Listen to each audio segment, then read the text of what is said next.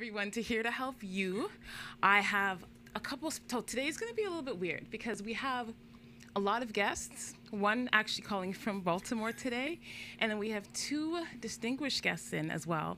But we can't fit everyone in because it would look really crowded. We'd all be like tunas in a can. So what we're going to do is we are going to split them up, and then we're going to hear both of their sides. Today we're talking about youth development on Here to Help You, but before I go any further, I'm going to introduce my co-host.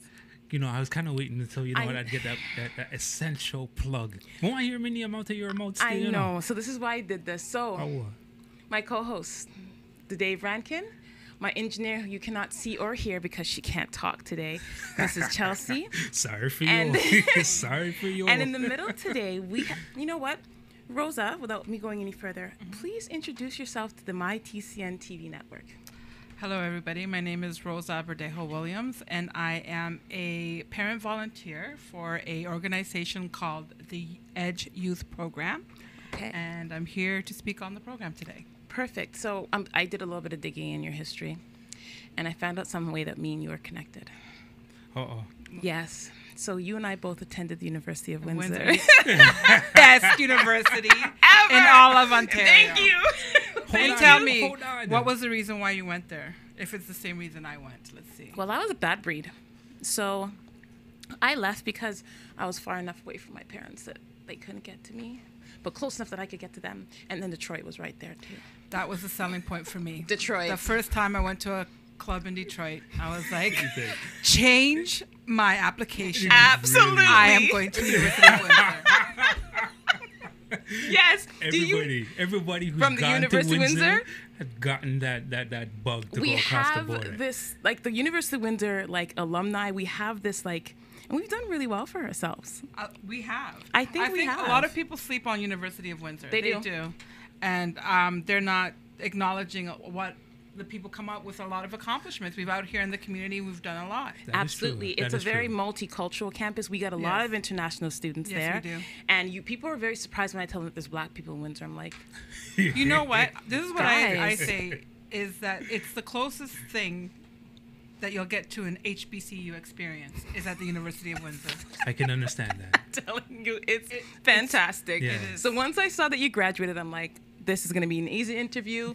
I got here because we have a lot. We had to talk about Wyandotte and Ouellette. Of and course. all the clubs. We can go through that. But now that we've grown up, and now that you're grown up, and you've passed the Windsor, days and the Detroit clubbing days, now you're doing great things. So talk to me a little bit about the EDGE program. I know you are here with Serena Thompson, who's another member of the committee. So I'd like you to tell us, from your side, kind of your experience with this. I like to hear people's experience with the program. Okay, so I got introduced to the EDGE has gone through a couple of changes. It's been around for 20 years. It started off as the Applause Institute. Then in 2005, under our current co-chairs, Pat Loudon and Lance Wilson, it changed to the Youth and Development Program, and just recently this year we rebranded with the EDGE Youth Program. My daughter used to dance for a dance group called the Toronto Children Youth Dance Theatre. Okay. The choreographer is Andrea Douglas, who is also the choreographer for the EDGE. Okay. She often refers a lot of their students to participate in the program. So my daughter Miranda, shout out to Miranda. Miranda, big up yourself. Peace. All right. She participated as a little sister. And then, of course, when she became of age at 16, I allowed her to participate as a debutante as well. Okay. And once she became a debutante, I became more familiarized with the program, and I fell in love with the program, the concept, what it's actually doing for youth, and then I decided to volunteer. Okay, so I heard there were some stages there. So you said little sister? Little sister. And then debutante. Big sister, I'm guessing, right? So we have two groups that we cater to. We have a junior debutante little sister, which is girls 6 to 9. Okay. And then the youth, which is the escorts the beaux and the debutantes, which are ages 16 to 20. Okay. So there's levels to this. Yes, there is. All right. So along with the EDGE, because as I know we want to focus on how the youth are developing through the Edge. Right. I don't want to ask too much because I want to save some for Right. If we went through everything, Serena's like, well, what do I talk about now? Right. You guys left me with that thing, so I want to be fair. Okay. So now you became a member of the committee because you loved the program so much. Yes. Tell me what really grabbed you about this program. Why did you allow your daughter to graduate in the levels of this program? What is it about it for you as a mom that you would encourage and say to other moms to say, listen, this program is for you?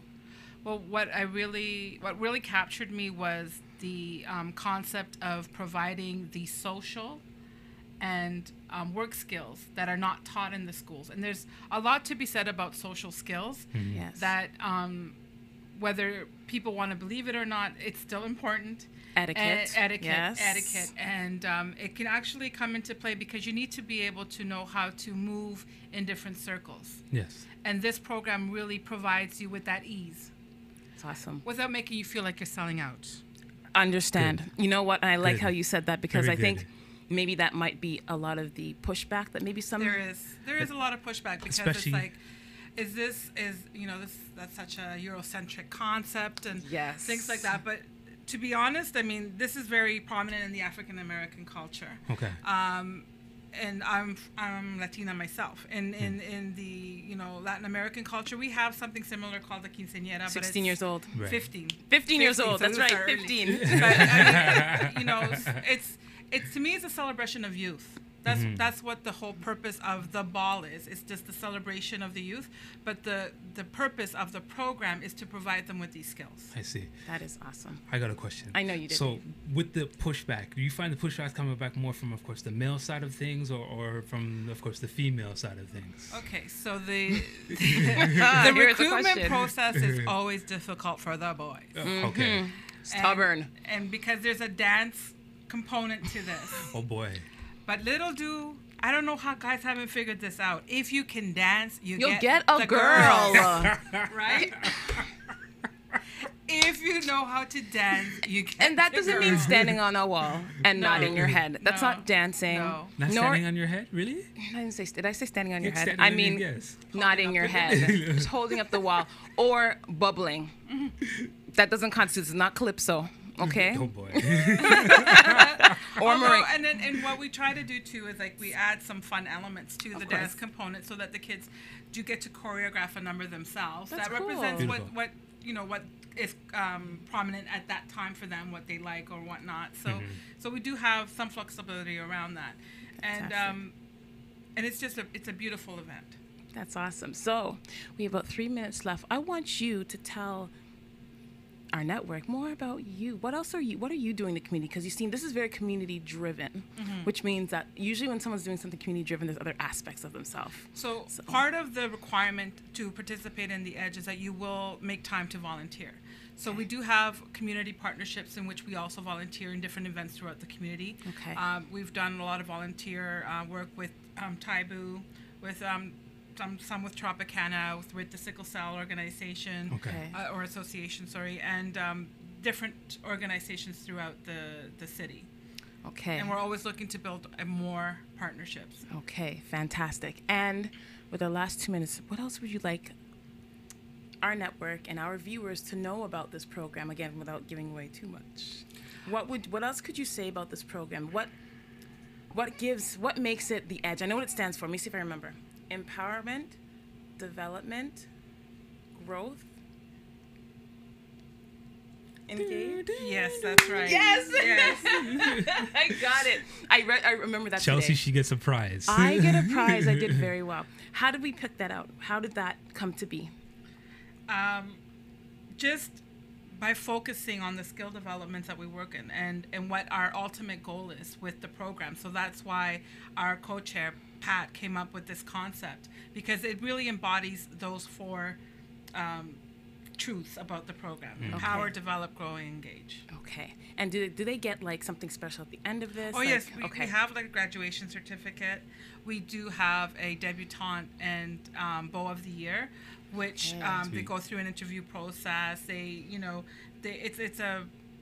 get chosen by their peers and committee review to determine who gets to be the Beau and Debutante of the Year, based on their participation, engagement, if they took a leadership role in the program, that type of thing. Okay, and if there are any young people watching, what are like the prizes? What do they get if you're the bow and the...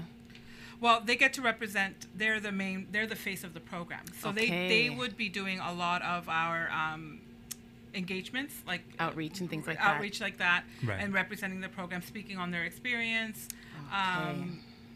You know, depending on how our fundraising is that year, sometimes in the past we've been able to offer scholarships for post-secondary studies. Beautiful. We're self-funded. That's beautiful. We are strictly self-funded and solely based on our fundraising efforts. But we're also trying to work on getting some funding. You know what? And I definitely commend the EDGE program because it's hard to do it on your own. It is. It's hard. It's easier when you have like grant money. Yeah. Yeah. So much easier. So I can understand how that can sometimes be difficult, just trying to get everything out, get the word out about it. There's a lot with this. So Rosa, I want to thank you. I think we're going to try to sneak you back in a little bit later too. But when coming up now, we're going to be sitting down with Serena Thompson, who's another community member of the EDGE program. For more of them, you can go to info at... Oh, it's the www.edgeprogram.net, and we also have an Instagram page, info@edgeprogram.net is our email address, and just look for us on the Instagram and we also have Facebook too. Yes, I found them on Facebook. There's a lot of pictures, and they talk about the coalition 2017 coming up, so there's a lot there as well. See you guys soon.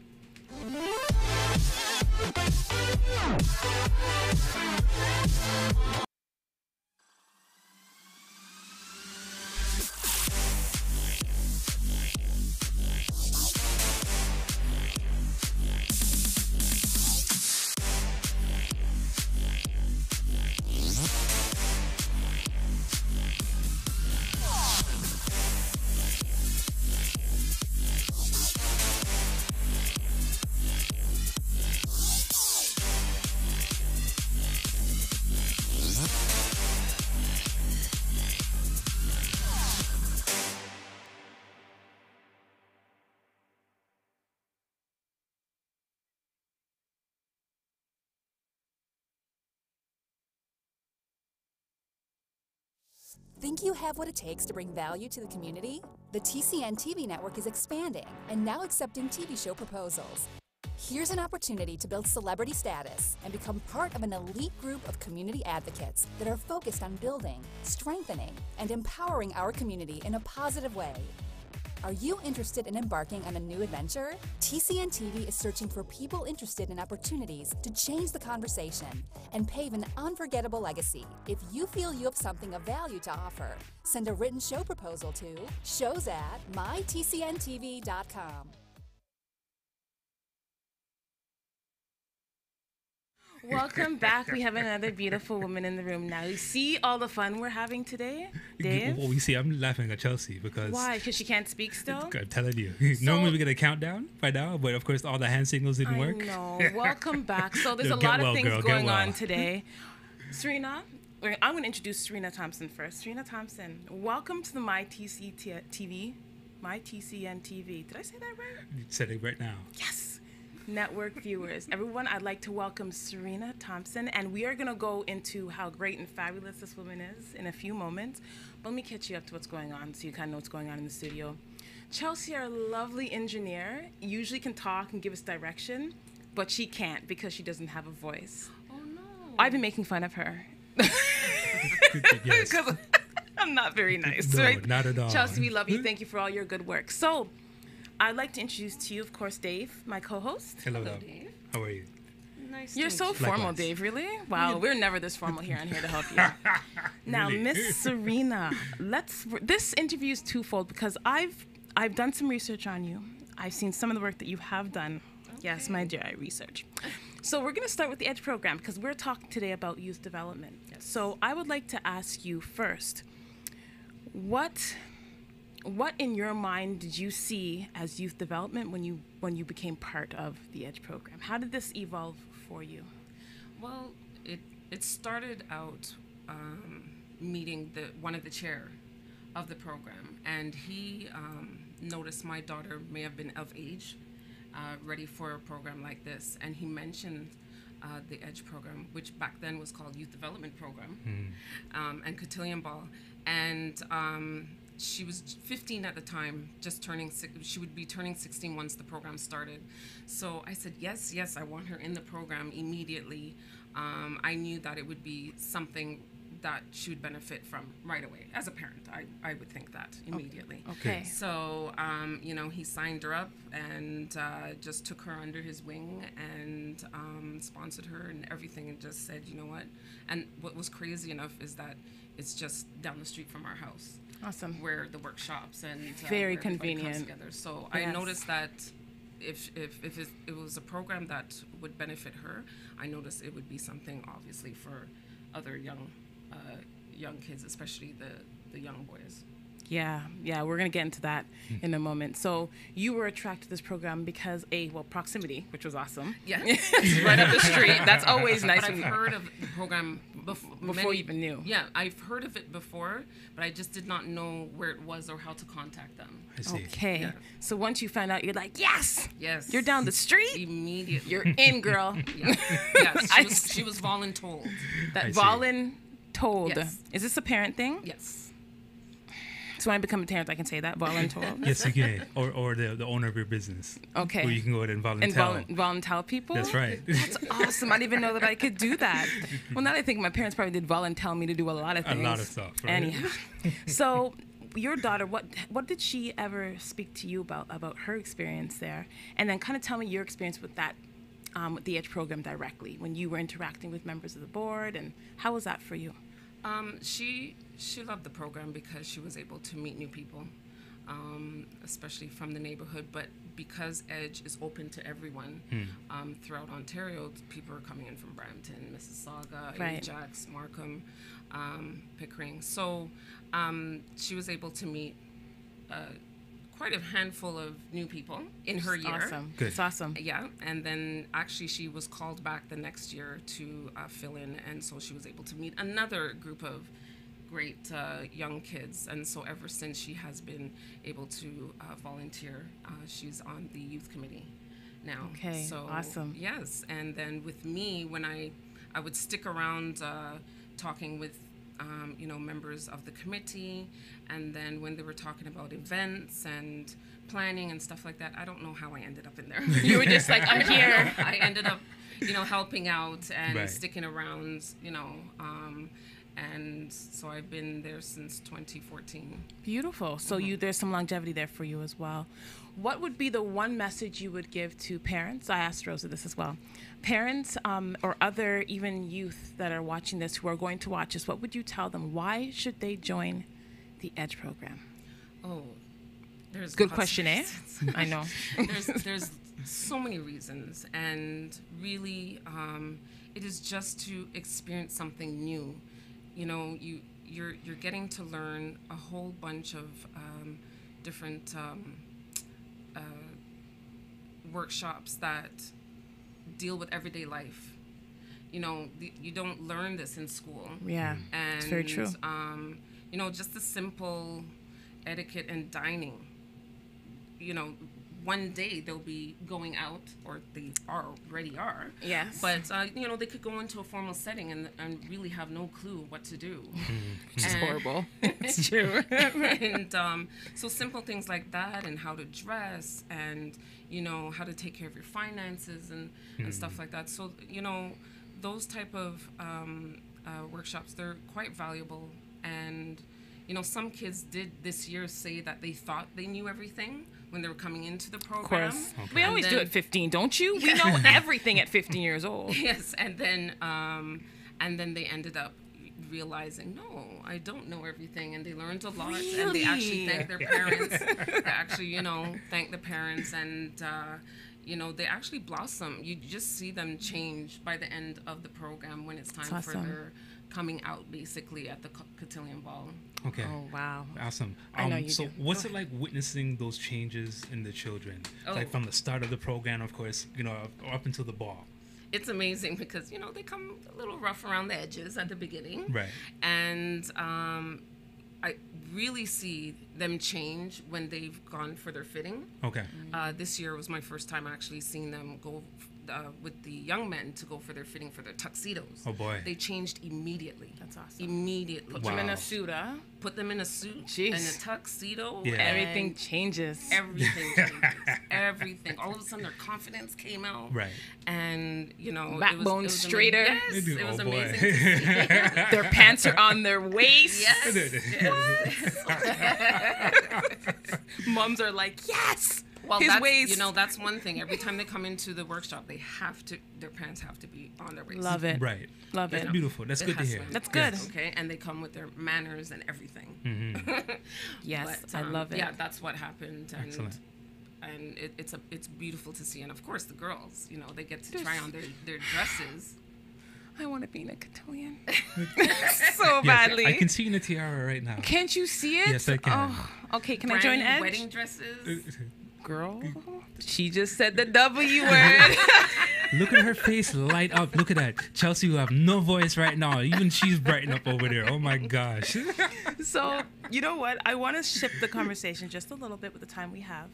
And I want to speak about your experience. And if you're okay with speaking about it, of course. Yay. Okay. So, your experience now, I know one thing I noticed that you are a strong supporter of the Sickle Cell Awareness Month, which is September. I didn't realize that. Yes. I had no idea, which is That's brand new for me as well. but you learn something new every day. There we go. So tell us a little bit more, because I know that you yourself, you do have sickle cell. Yes, I do. Tell us about that experience for you. I have family members, but I don't know their personal journey. Right. How has that been for you? Well, you know, growing up with a disease that is basically invisible, you know, it was quite hard growing up, especially in school.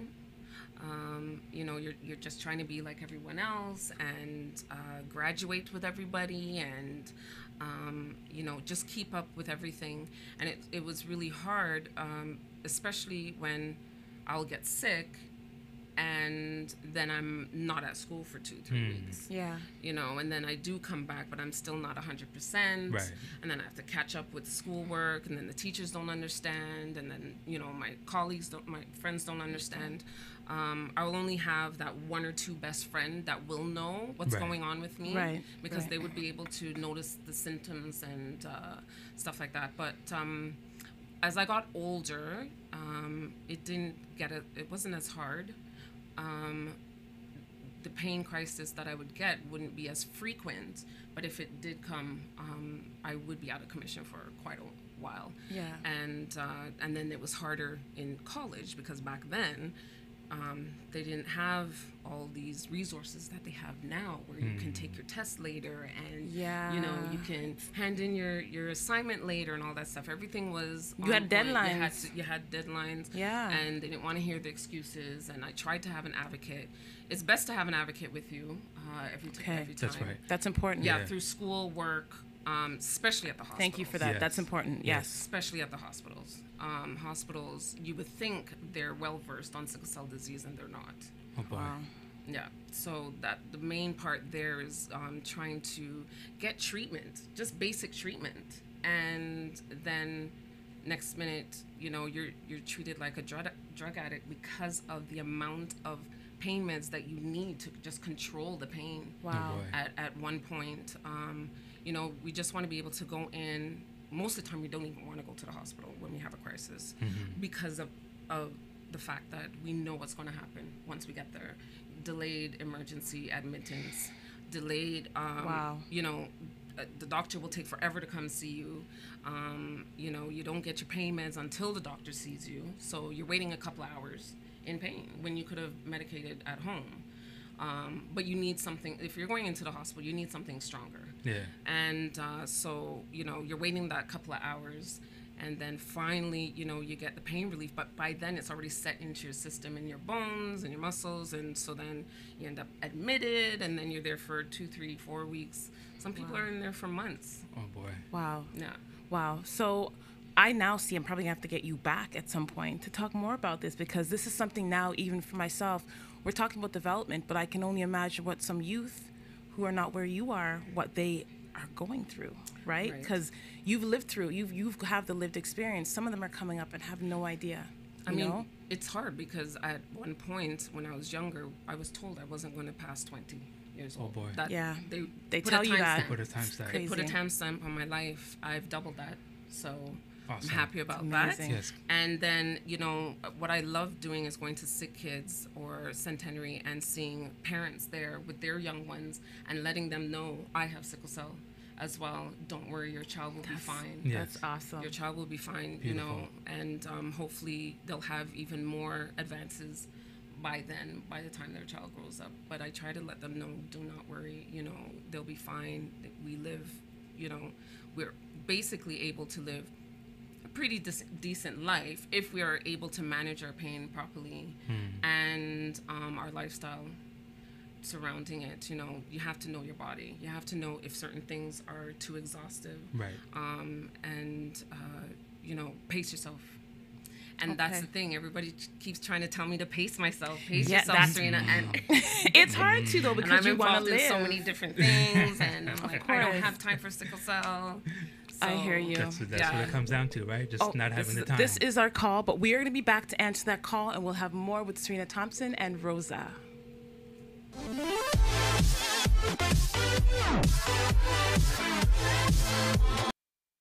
Hey guys, Grant here from Care 101 Media Group, and this is an outreach video going out to everybody with a request for assistance on your part. As you guys know, there's a lot of devastation that happened in the islands because of Hurricane Irma. There are families that are hugely displaced. Some islands are over 95% inhabitable, and people are reaching out to us, asking us where they can either give products or aid or finances, and at the time we didn't know where to go. So in order to aid in relief efforts, Care 101 Media Group has started up a GoFundMe page where the community can now go and help submit donations in order to help rebuild the infrastructure that's been damaged due to Hurricane Irma. So, you know, going to the page, donating like at least $5, $10, even $50 isn't very much, but it will help, you know, our Caribbean brothers, sisters, families, friends in helping rebuild their homes. There's also a call for certain donation items as well, which are personal hygiene products they're looking for. They're requesting things like baby diapers, baby food, clothing, things like toiletry, personal hygiene products, garbage bags, disinfectants, so that they can help with the cleanup. So at our office at 55 Rutherford Road South, Unit 205 in Brampton, we are set up to receive your donations there. So instead, you know, if you'd like to donate some items versus donating money, please come on over to the office here in Brampton. We'd be more than happy to accept your donations. We will be getting it together in about 2 weeks, and I believe the date would be September 21st that we'd like to turn the items over to the Consulate General Office for Antigua, where they'll be shipping it down to Barbuda for distribution there. Now keep in mind too that as much as it's nice to give toiletry products and stuff like this, they also have to try and get it down there. But a lot of these islands have been so hugely devastated that they need money to rebuild and get supplies and stuff like that. So we're kindly asking that if you can please, if it's $5, $10, $15, $20, please donate, because that's what they need the most. They need to start rebuilding their infrastructure, rebuilding homes, and creating shelters for these people that are displaced. So again, if you can help, we greatly appreciate it. It's perfect here where we are right now, and we can only imagine what families are going through, not having homes, losing all their possessions, and literally not having anything that they know as home around them.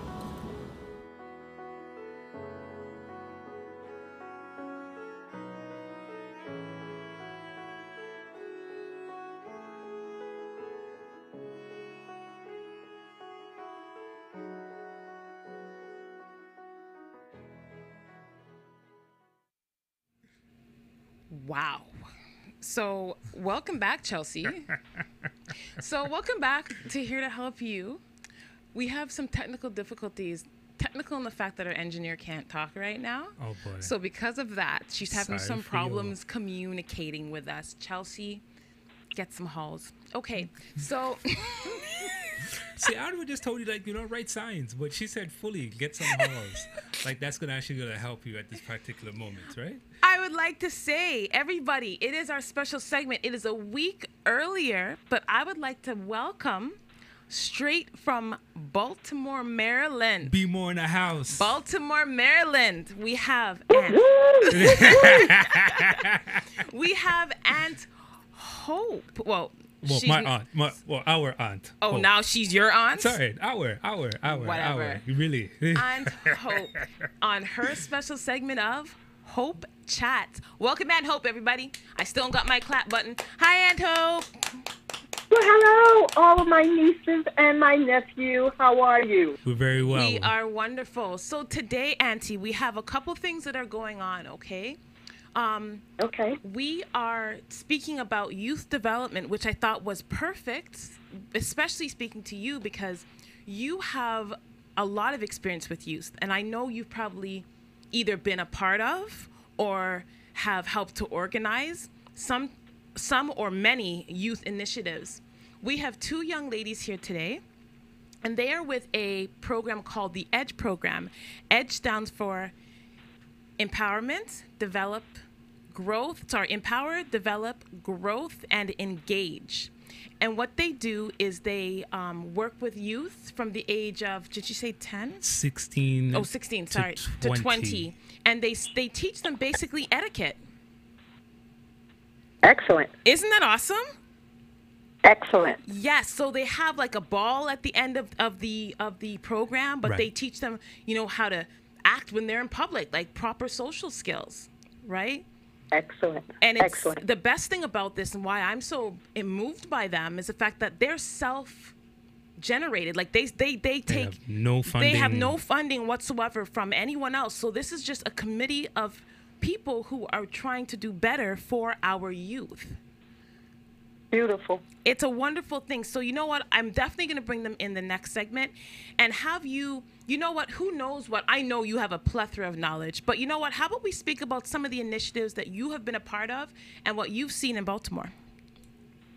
Great. Let me just say to those from the EDGE that I really do like the words empowerment and engagement. I love those words because that is one of the main things that we need to make sure that our youth are a part of.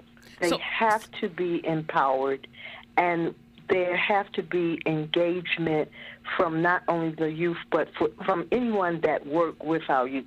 It's very, very, very important. So, Auntie, I'm going to have you repeat that again for me when they come back on, okay? Okay. Okay. Oh, wow. They're not here yet, so you got to say that again. Oh, my God. I know. You're going to have to rewind and start again. Okay, go ahead, Auntie. Sorry to interrupt. Okay. So, where was I? I wanted to really say, that I really like that because engagement and empowerment are components that are essential in doing something to increase youth development. Okay. As an educator here in Baltimore, I am retired now, but that does not stop me from being an advocate for our youth. One thing that we would do at our school is that we employed a crisis center teacher. Okay. This teacher did nothing but work with those children who experienced some behavior difficulties, anxiety, what have you, anything that dealt with at risk. This teacher was able to meet with them, and her personality connected with their personalities, be it bad, ugly, timid, what have you. And it really worked because she was able to reach these children where others, could not reach them, even their parents. And so we employed her as a teacher, a crisis center. Her name was Mrs. Goodman, and she was very good for developing our middle school children, being that what we call latchkey kids, children. Right. They came from poverty-stricken areas. Their parents may have been drug addicted or alcoholics or one parent in the household, and she was able to connect with these children and change their personality, change their ways of thinking, help them to become problem solvers in dealing with any or whatever issue they brought to her. That is awesome. Now, this crisis teacher, Auntie, now was she like concurrent with the school as well, like during the day program, or was this something separate? She was a part of the school day, because during the school day, a crisis may occur at any time. So that's why we had her to be a teacher within the school building. And that's very important, getting that involvement inside of the school building. A lot of times we refer and we send children away. What we need to do is bring more of that into the classroom or the school building, where we can attack crisis issues right there, and some of them can be solved right there. That's awesome. That's a very interesting point. Do we have something like that here? I don't remember something like that. I mean, probably the closest thing that we had was a guidance counselor. Right? But definitely nothing along the lines of like a crisis. Because, of course, a crisis is something a lot more specific. It is. Right? Yeah, it is. Like, yes. It is, yeah. I wish we had a crisis. I had many crises in high school. Tons of them. Right. I didn't have no crisis support. Shoot. Right. Whenever you have a crisis, you need help right away. And, it causes some interruption when we have to send children here and there to get help. And to add on to what you said, Dave, not only did we have the crisis center with an assigned teacher, we hired social workers to come to be a part of the school day, mental health clinicians, a part of the school day, school psychologists, a part of the school day, because we created what we call a school support team so that we could target children that had these issues and deal with them, not only the children, but also their parents. Awesome. That's a key component, because you know what I notice with a lot of programs sometimes, Auntie, is that yes, we do help the youth, which is awesome, but we have to understand that something we sometimes forget is the family dynamic, right? So you can help a child as much as you want, but if they're going back sometimes into the exact same situations, isn't it kind of like counterproductive? I tell you, Simone, we really do have to empower. That's why I said to the young ladies for EDGE, we have to empower our parents as well. When we talk about youth development, we must also include parents and anyone who works with children. All of them have to be empowered, because those children are still looking at us. They are mimicking what they see us do. A lot of time, our parents do not have these parenting developmental skills either, and they need to have some type of support as well as resources that they can go to or tap into in order to help themselves help their children, their child, or their children. That's very important. We also had a component for parents, too. We did a parent involvement where we brought our parents in, those who could do it. We brought them in. We did GED classes with them. Awesome. We had crisis workshops with them so that they could tell us what their issues are or were, and we work with them as well. That is awesome. That's like, yeah. So tell us, what are some of the... Sorry, Dave, it looked like you had a question. No, I was just making a comment. Like, so, like, that's something that's essentially missing over here. Yes. Right? Especially now, of course, with the level of violence, which has been increasing. Right? Amongst, of course, the adolescents. Right? I remember we had a guest earlier, Uncle Louis, who said simply, some of these children, before they have to go to school, right, is either they don't have enough breakfast, enough food to eat, or simply they need to burn a spliff just before they attend class. Just to deal with their anxiety. Right. So I mean, of course, for something like this as a key component, like I wish that we had something, of course, installed years and years earlier. And still, for someone, of course, to hear about this, who knows in regards to like how many years in advance something like this will be installed. So when you did, excellent point, Dave. Thank you for sharing. Sometimes I told you, like, these little words of wisdoms you drop. Thank you. They're so necessary. And Hope, I am. We have about a minute left before we bring back in the ladies from Edge. Just quickly, what are some of the benefits that you saw from this initiative? Because I know there's other ones you probably have, but from this initiative, what did you see? One thing that I really loved our crisis center, because I saw children's attitude and their way of addressing issues in another episode change. They were able to deal with problems a different way, or they were not intimidated by just, what people would say or do. It helps to build their self-esteem. That's it awesome. really improves self-esteem and grew them up, because as I stated before, these children have to leave the school. We may work very diligently with them at school, but once they leave the school and go back into their own homes and cultures, they return back to some of the same things that brought them to the initial problem anyway. But because of this crisis-centered teacher who taught them ways of dealing with problems and what solutions to use, they were able to kind of subside some of the things that happened at home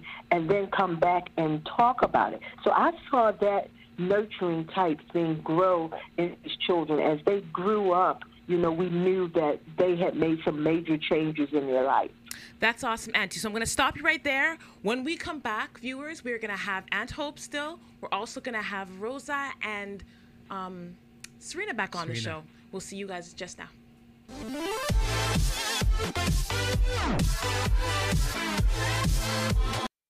Discover the incredible India.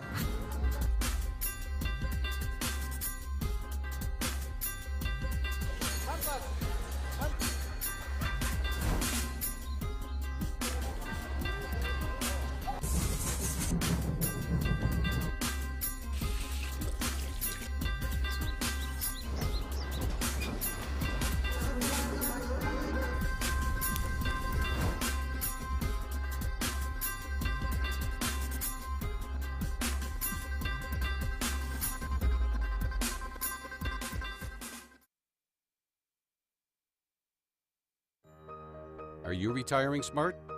Make your home's equity work for you. With your home's equity and our 30 years of experience, the Retire Smart Properties team can help you achieve the quality of life you've always wanted. Our services are 360 degrees. We'll give you advice, take care of staging and selling, and help you find the perfect home and community to transition to. It's time to enjoy the retirement lifestyle you deserve. Visit our website today to learn how you can use your home to retire comfortably. The Retire Smart Properties team, powered by RE/MAX West. Welcome back. So a lot of musical chairs today, but we did this on purpose. I have my two lovely ladies back in the studio, and we have on the phone Aunt Hope. Hello? Are you gone? Is she gone? I'm here. Oh, okay. Hi, Auntie Hope. How are you? Welcome back. Hello. I'm back. So, Auntie, I'd like to introduce to you two people. I don't know if you're watching, if you can see, but I have Serena here beside me, and we have Rosa at the end. They are both committee members at the EDGE program. So, remember I was telling you that you're going to have to repeat everything you just said about the EDGE program again? Here's your shot. Go ahead. Well, hello, Serena and Rosette. Rosa. Can you hear me? Rosa. Rosa? Oh, I thought it was Rosette. Rosa, I'm giving you a new name. In Baltimore, we add different things to names to make them sound really, really good, like Rosette. But Serena and Rose, Simone and Dave were sharing the acronyms for EDGE, and I love the words empowerment and engagement. And I was speaking to them, letting them know that was, a very good way to just open up this program when we want to talk about youth development, because as an educator, that was some of the most important things that we really needed to work on, was empowering the youth, but not only the youth, their parents as well. That's right. And also keeping them engaged so that they could become lifelong learners by what we taught them of how to deal with problems and getting solutions for them, not just leaving these children to just fend for themselves, but to engage them in some positive living and growing up and nurturing them in the correct manner, that they would, be productive in society. Absolutely. That's the whole premise of the program. It takes a village. So that's our approach in regards to how we do our workshops and what the outcome of the program is. And then you touched on a very important piece about engaging the parents. I forgot to mention also that we also try to incorporate some workshops for the parents. There you go. I currently work for York University, and one of the positions that I worked in was in financial aid. So we do a workshop in regards to financial aid and That's financing awesome. your post-secondary education for the parents, so that they are aware of the different programs that are available for them. It's awesome, Excellent. especially over here, because no one wants to leave school with a whole bunch of loans and loan balances, which I did, University of Windsor. Thank you very much. So, yeah, let's not talk about the loans. So, Auntie, I was asking, I wanted you to maybe share. We don't have too much time left, but I want you to share some of the initiatives you have in Baltimore with the ladies here from EDGE. And then maybe, and I'm sure like just how you thought about the parents thing, there are probably other things that might spring up that, again, I was saying to them, it's about growing our community and making sure that we're offering our youth as much as possible, right? And the best way to do this is to have these outreach. Like we'll be able to speak to educators like yourself. You can empower us. We can empower you. So tell us some of the other things you've done when it comes to youth and engagement. Well, I guess I can just go back and repeat the major piece that we really enjoyed was having our crisis center. And the crisis center was a classroom that was in the school with a teacher who we assigned to work in the crisis center in school all day long to be there to support those children who had some type of crisis or issue or behavior problem that could be addressed and taken care of on the school grounds. It wasn't a place to refer them outside of the building, or we decreased suspensions and awesome. Expulsions, all of that, due to having this teacher deal with those children who were facing so many issues and problems. So I really thought that or the school family, we hired this teacher because it was working so well. Her name was Mrs. Goodman. She gelled with the students right away. They grew up becoming much better students, being able to deal with their problems. The parents saw a difference in them. The school staff saw a difference in them. Their peers saw a difference in them because they were able to, go there for an outlet and become better in dealing with any issue that was confronted them. So I thought that was a very excellent way, was to bring more resources back into the school instead of sending our children out so much. Let's deal with it right there on the premises. So I have a question. EDGE program, how do you deal? Because I'm sure you guys probably do get some crisis cases. Yes, we do. Okay, let's talk about that for a couple minutes. So we're Say fortunate. that again? Not you, Auntie. This is a question towards the EDGE ladies here. Did you hear it? I can't hear. Okay, don't worry. Just listen out, okay? Hello? Hello? Chelsea, did we lose her? I can hear you. Now you can hear me. Yes. Okay, perfect. So I was just asking the ladies at EDGE how they dealt with some of the crisis situations that they got, because I'm sure they've had a few. We're fortunate enough to have one of our community members who is a supervisor of social workers. Okay. So we run a lot of the stuff through her. A lot of us depending on our career backgrounds, But our Liz is her name. She's our biggest resource. That's who, and through the workshops, we've also come across different professionals. So in the event that if it ever gets to something that maybe a family counseling type of situation, Serena has a lot of contacts through Taibu as well, where we can make the referrals. That's awesome. So you guys actually have a referral system out as well? Yes. Anytime anybody comes to me with any issues, actually the first place I do bring them to is Taibu Community Health Center, which is situated in Malvern. And they have tons of resources through their center. And then what I do with my social outreach with the children, I make sure that I keep in touch with them even throughout the whole year after they've graduated, and I take them out in the community as well. I with no judgment. They could try and say I'm cool, but I'm. You're cool, Serena. You're pretty cool. They like the fact that they can hang out with someone and be themselves. Yes. But on top of that, I still teach them that community. The community needs them, and so I'll take them to different community events to either talk about the program, or they can perform actually the waltz, or whichever. It's the waltz plus their hip hop or contemporary piece that they do at the ball, and then also the biggest thing is to volunteer. Okay. Yeah. All right. So we have about 2 minutes left, and I would like for my two ladies, I would like to tell our young people, tell some of our parents why programs like The Edge are so important in our community, because I don't think people understand the importance of programs like this. Rosa, I'll start with you. What I would really like to emphasize is that, what we're trying to do is provide skills and empowerment that are not nurtured through the school system. We are vested in our youth. The school system is not necessarily vested nor designed to promote our youth, and that's why our program came to be in the first place. We saw this need, and we're trying to fulfill it. And for a little small investment, they'll come out so enriched. Yes.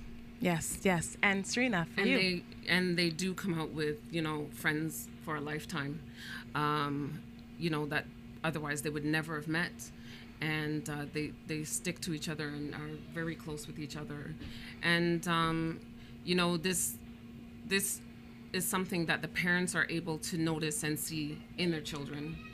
And, as I said from before, I was able to notice that in my daughter, but she was already willing and gung-ho anyways to be in that program, but I still saw more out of her after she's done the program, and then while she's still with it as well, with the youth committee, and she'll help out anytime, and it's the best experience ever. It's the best experience. I mean, I did we mention about they get to go on a retreat? Okay, so there's more, which we don't even get a chance to talk about. So I'm going to say this. On the bottom of the YouTube page, there are links that have attachments to where they can get in contact with you, Rosa, and with you, Serena. So I've made sure I took care of that. Okay. So if there's any questions past this, please send those messages out. And Hope, I'd like to say thank you for calling in today from Baltimore. We appreciate you. Thank you, Serena and Rosa, for coming in. And everyone, thank you for watching. Thank you so much, everybody. Have a wonderful day. Thank you. Thank you.